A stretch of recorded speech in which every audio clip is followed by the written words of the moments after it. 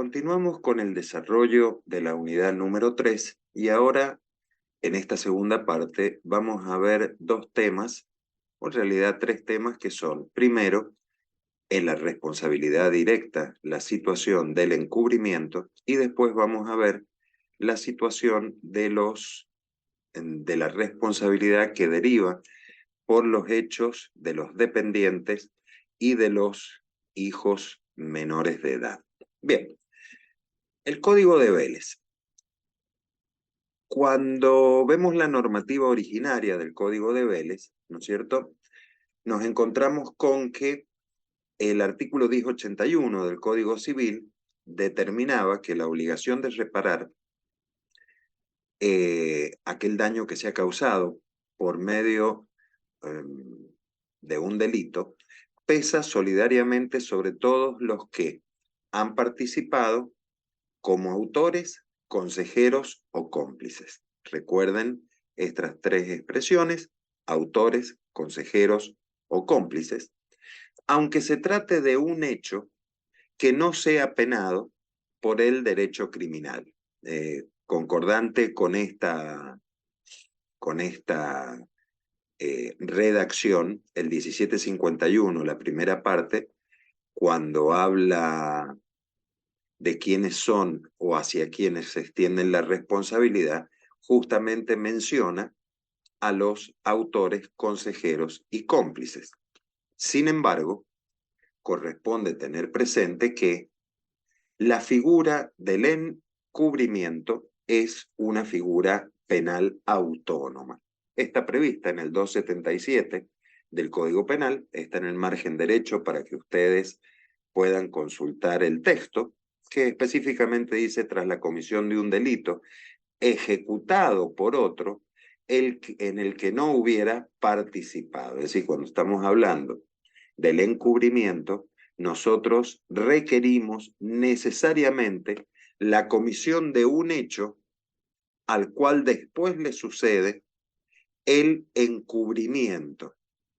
Y lo que busca el encubrimiento, en cualquiera de sus formas, ¿no es cierto?, es justamente evitar que el autor, el partícipe o el cómplice sufran alguna sanción penal. Es decir, la figura del encubrimiento es una figura autónoma, es una figura posterior, no tiene que ver con la colaboración en la producción del ilícito, sino que tiene que ver con la determinación de las circunstancias que podrían permitir evitar sanción para los autores, para los cómplices o los partícipes. Es decir,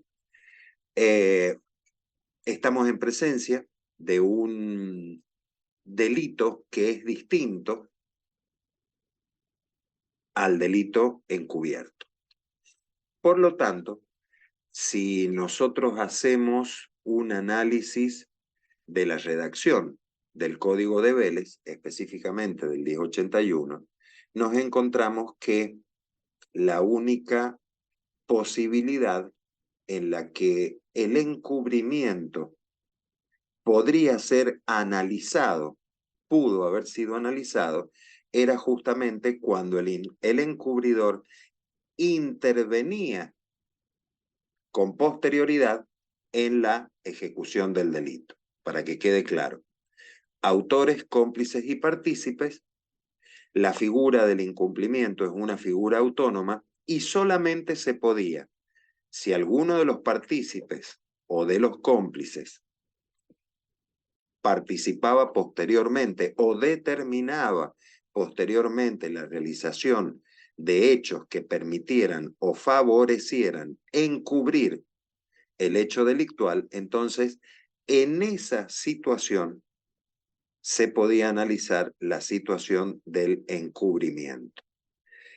Evidentemente que ahí la norma que preveía el código originario de Vélez carecía de la autonomía suficiente para analizar la conducta del encubridor en forma aislada o autónoma.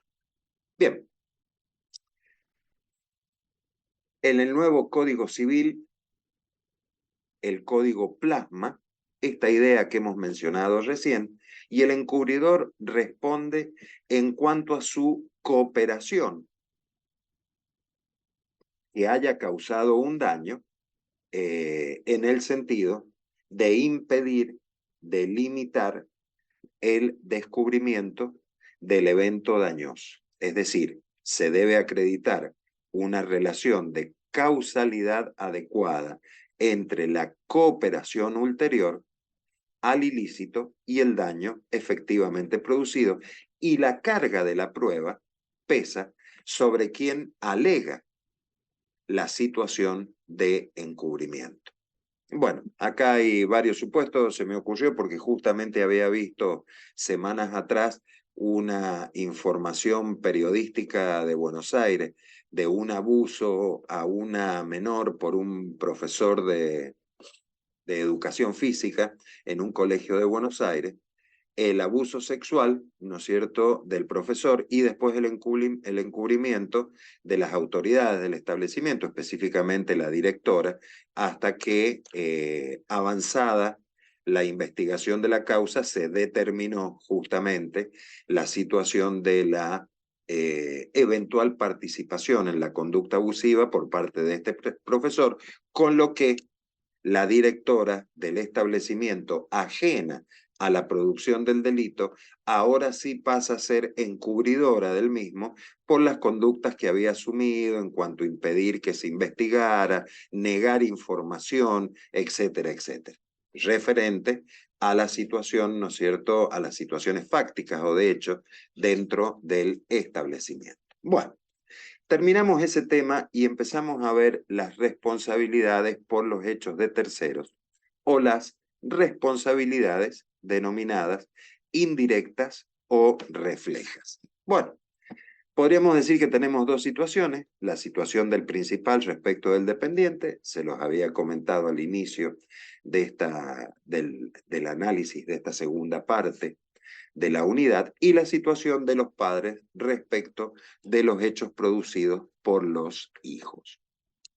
Responsabilidad del principal. Bueno, el principal responde, obviamente, de modo objetivo por los daños que causen los que se encuentren bajo su dependencia o las personas de las cuales se sirve para el cumplimiento de sus obligaciones, cuando el hecho dañoso acaece en ejercicio o en ocasión de las funciones encomendadas. Por favor, recuerden, el hecho dañoso acaece en ejercicio o con ocasión de las funciones encomendadas. En esta primera parte del 1753, les voy a pedir por favor que tengan en cuenta algunas particularidades para leer correctamente la norma. Primero, el principal responde objetivamente por los daños que causen, primero, los que estén bajo su dependencia, entre paréntesis, empleados. Segundo, las personas de las cuales se sirva para cumplir sus obligaciones. No sé, yo soy un vendedor de Mercado Libre y utilizo una mensajería, un sistema, una empresa de mensajería para enviar el producto. Bueno, si por alguna circunstancia se produce un daño en la mercadería que estoy enviando y se atribuye justamente la producción de ese daño al, al mensajero, es decir, a la persona del delivery, el que va en la moto, para hacer la entrega del pedido, bueno, yo en ese caso respondo, a pesar de que esa persona no es mi dependiente, pero sí es una de las personas de las cuales me sirvo para el cumplimiento de la obligación. Primera cuestión que hay que tener claramente determinada. Si hablamos de la responsabilidad del principal por los hechos del dependiente, no es solamente de su empleado, sino de todos aquellos de los cuales él se sirva para cumplir con sus obligaciones. Segunda cuestión a tener en cuenta, y en este caso, en la imagen está subrayada en rojo, para que lo tengan bien en claro y no se les olvide. Cuando el hecho dañoso acaece en ejercicio o con ocasión de las funciones encomendadas. Es decir, no todo hecho producido por el dependiente acarrea responsabilidad respecto del principal. Tomemos el caso de una casa de comercio. Una casa de comercio en donde un dependiente abusa de una compañera de trabajo. Una casa de comercio en donde, por ejemplo, un vendedor enemistado con su vecino que está entrando en ese momento en el local de venta, recibe un insulto por parte del vendedor, se toman a golpes de puño y finalmente esta persona que entraba al local de ventas termina siendo lesionada. Esas son situaciones en las que en realidad no tiene nada que ver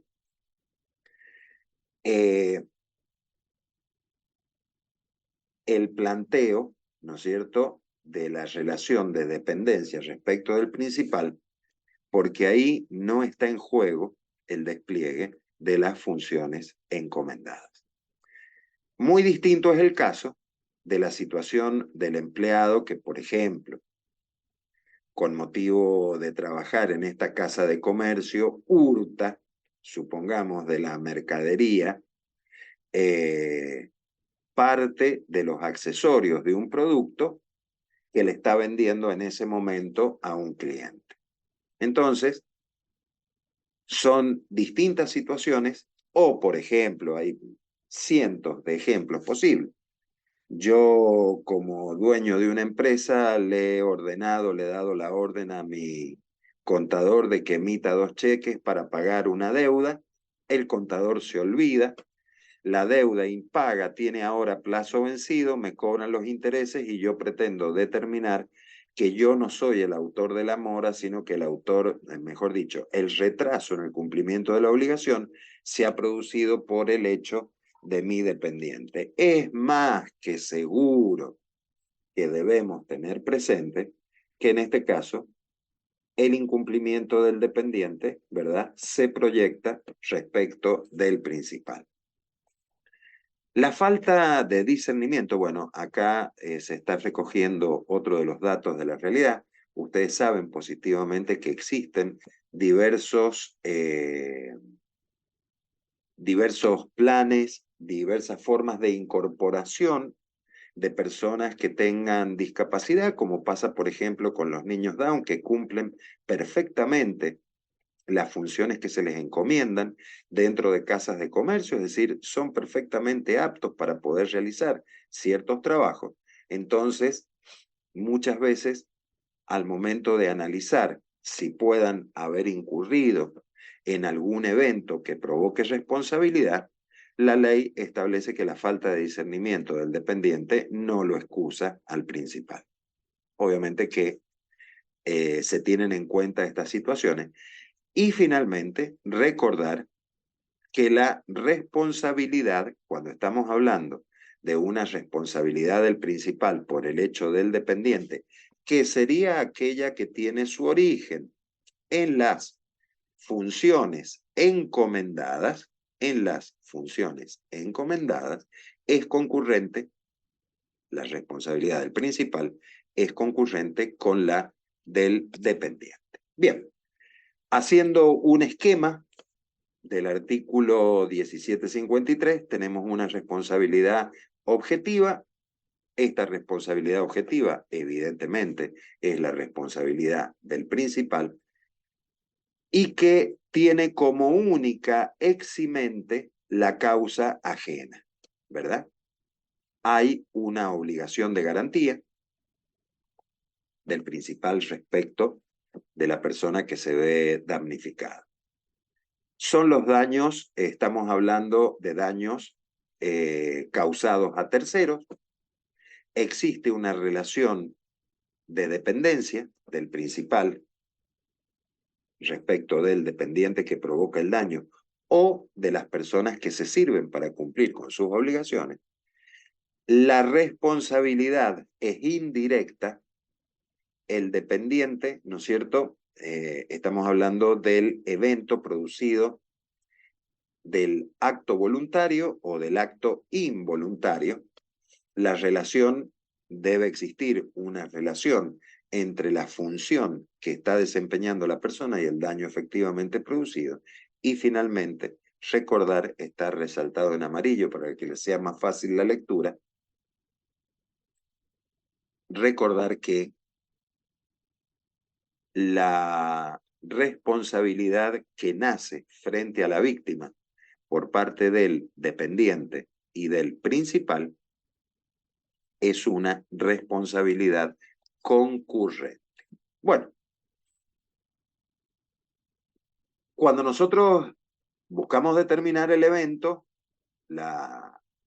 es decir, buscamos entender el funcionamiento del razonamiento legal en relación a la responsabilidad directa, bueno, es fácil determinar que podemos establecer nosotros una relación que es imprescindible, la relación del dañador y la relación del responsable deudor. Relación entre el dañador y el responsable deudor. Y si ustedes se fijan, ambos confluyen en cuanto a su deber legal de reparación respecto de la víctima, que es el agresor. Perdón, de la víctima, ¿no es cierto?, que es el acreedor. Con lo que no debemos olvidar que en esta relación jurídica tenemos un sujeto deudor y un sujeto acreedor. El sujeto deudor es el responsable, el sujeto acreedor es la víctima del daño. Se responde por el hecho ajeno y aparece justamente respecto del principal un rebote o reflejo, que es por el evento producido por el dependiente o por aquellas personas de las cuales se vale, ¿no es cierto?, el responsable deudor para cumplir con sus obligaciones. Muy bien.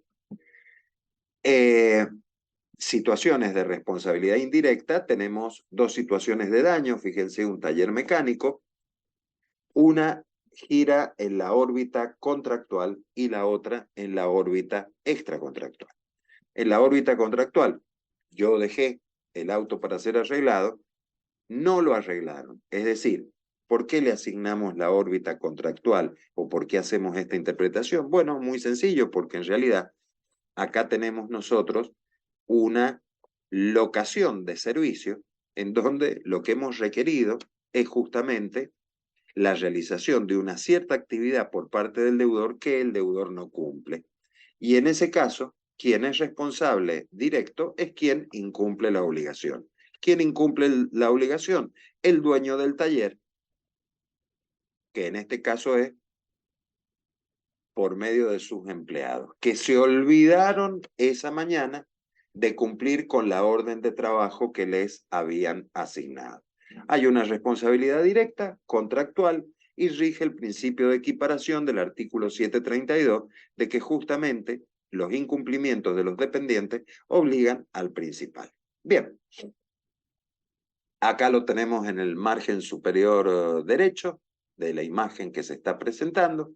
El incumplimiento de las personas de las que el deudor se sirve para la ejecución de la obligación se equipara al derivado del propio hecho del obligado. El criterio sigue siendo el mismo, ya se habrán dado cuenta, en la responsabilidad indirecta o refleja, sea en el ámbito contractual como en el extracontractual, siempre vamos a tener justamente esta equiparación del deudor por el evento que realiza el dependiente de la persona de la cual se sirve para cumplir las obligaciones, o en el ámbito contractual, cuando nosotros hablamos del incumplimiento realizado por el dependiente del principal, el incumplimiento contractual.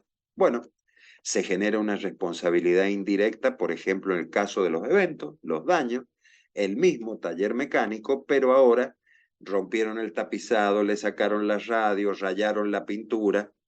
Entonces acá también aparece o se presenta esta responsabilidad indirecta. Bien.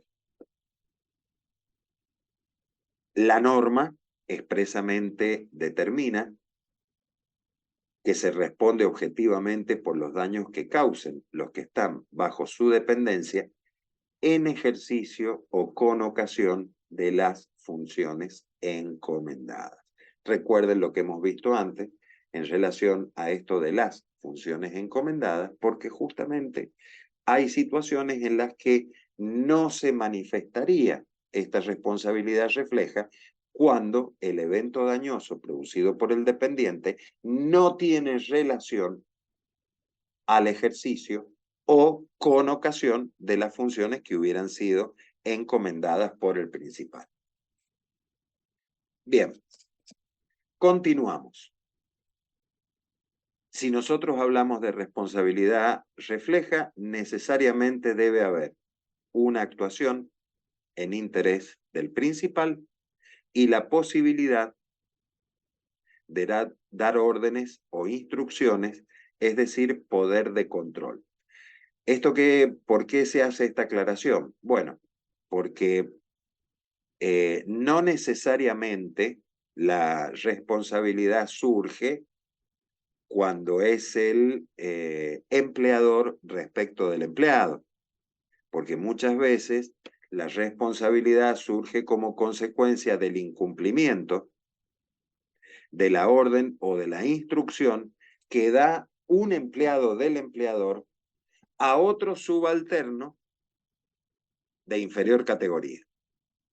Entonces acá también se sigue planteando la responsabilidad directa porque en definitiva es justamente el principal, el último responsable. Bien. Relación que debe existir entre la función y el daño. Necesariamente debe haber un mal ejercicio, debe haber un abuso, o también se podría plantear, y esto se pone como un interrogante porque es tema de debate, el ejercicio aparente de la función. Es decir, cuando quien está sufriendo el daño, en este caso la víctima, lo sufre por el aparente ejercicio del principal o del dependiente del principal, y en realidad ese aparente ejercicio no es tal. Bueno, en la responsabilidad indirecta de lo que hemos venido hablando, nosotros tenemos una responsabilidad por parte del principal que es objetiva y una situación de concurrencia. ¿Por qué? Porque la obligación del principal frente a la víctima es concurrente con la obligación del dependiente frente a la víctima. La víctima eventualmente podría reclamar a cualquiera de los dos, ¿no es cierto?, la satisfacción en la reparación del daño. Y en el caso del dependiente, puede ser objetiva o subjetiva. Responsabilidad por los hechos de los chicos. En el caso de los hechos de los chicos, o de los hijos, ¿no es cierto?, los padres son solidariamente responsables por los daños causados por los hijos, que se encuentren bajo su responsabilidad parental y que habitan con ellos sin perjuicio de la responsabilidad personal y concurrente que pueda caber a los hijos. Varias aclaraciones para hacer en el texto, en el análisis del texto del 1754. Primero, siempre tengan presente que cuando la primera parte del 1754 habla de que los padres son solidariamente responsables por los daños causados por los hijos, lo que la norma está imponiendo es el deber legal que, frente al evento dañoso producido por los hijos, cada uno de los responsables parentales entre sí, cada uno de los responsables parentales entre sí, responden de modo solidario. Lo que significa que sobre la misma causa, ambos responsables parentales tienen la obligación de indemnizar. Sin embargo, los responsables parentales y el hijo responden concurrentemente frente a la víctima. Acá debe tenerse en cuenta, no se les olvide que en los hechos involuntarios existe un factor de atribución. Cuando nosotros hablamos de los hechos voluntarios, los factores de atribución pueden ser objetivos o subjetivos. En el caso del evento producido por un acontecimiento que es involuntario, en realidad también produce responsabilidad y quien ha actuado, quien ha obrado de modo involuntario debe responder, pero debe responder por razones de equidad. Recapitulando lo que hemos visto de análisis del artículo 1754, entre sí los padres responden de modo solidario, pero frente a la víctima del daño responden de modo concurrente con el hijo menor. Con el hijo menor. Y en el caso del hijo menor tiene una responsabilidad y esa responsabilidad tiene como factor de atribución la equidad, teniendo en cuenta las circunstancias personales del menor y las circunstancias de la víctima. Acá tenemos el esquema de lo que hemos dicho. Hay una responsabilidad objetiva respecto de los padres o los responsables parentales. Obviamente que cuando hablamos de hijos menores son menores de 18 años y para que esa responsabilidad exista debe haber cohabitación y responsabilidad parental. Es decir, no hay una situación de cese de la responsabilidad. No se distingue edad de los hijos y los dos cuadros que vemos en el margen derecho de la imagen nos determina esto que recién les comentaba en relación al análisis del 1754, que los padres entre sí responden de modo solidario y los padres con el hijo menor responden de modo concurrente. Muy bien. Cese de la responsabilidad. Los padres responden mientras no haya un cese de la responsabilidad.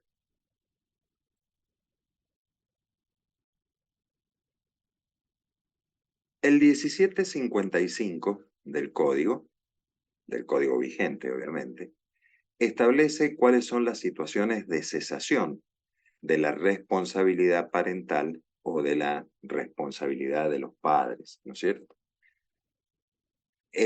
Primero, la responsabilidad obviamente que es objetiva y cesa si el hijo menor de edad es puesto bajo la vigilancia de otra persona, sea transitoria o permanentemente. Cuando los padres no tienen responsabilidad, si el hijo es puesto bajo la vigilancia de otra persona, transitoria o permanentemente. Ya vamos a ver justamente el 674, donde se nos va a aclarar un poco este concepto, y no cesa en el supuesto del artículo 643. Los padres no se liberan aunque el hijo menor de edad no conviva con ellos, si esta circunstancia deriva de una causa que le es atribuible a los padres. No sé, el padre que permite que el hijo viva en la casa de la abuela. Esa circunstancia no atribuye responsabilidad a la abuela, sino que siguen siendo los responsables los padres, para que se entienda. Los padres no responden por los daños causados por los hijos en tareas inherentes al ejercicio de su profesión o funciones subordinadas encomendadas por terceros. Y tampoco responden por el incumplimiento de las obligaciones contractuales válidamente contraídas por los hijos. Un poco para que tengamos una idea de esto, cuando nosotros hablamos del título profesional habilitante, en el caso de los menores de edad, justamente son los menores los que responden. Se supera así una antiquísima discusión que había en la doctrina de si respondían o no respondían aquellos menores que habían suscrito un contrato de trabajo con la autorización de los padres. Bien.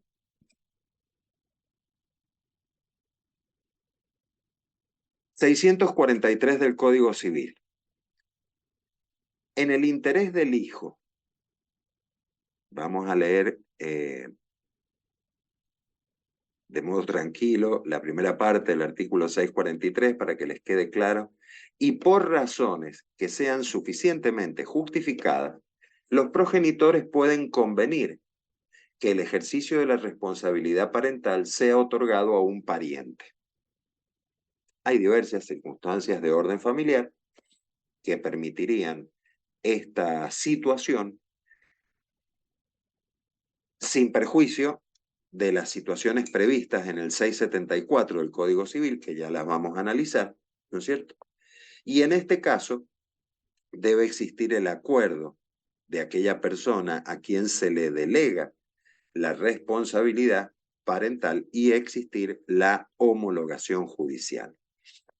El caso del 674 es algo similar, nada más que la delegación de la responsabilidad se hace respecto del denominado progenitor afín, es decir, aquel que tiene vínculo de afinidad, pero no de consanguinidad, como sería, por ejemplo, en el caso de la unión convivencial, en donde por alguna circunstancia de enfermedad o alguna circunstancia que impide transitoriamente el ejercicio de la responsabilidad parental, el progenitor la delega en el progenitor afín.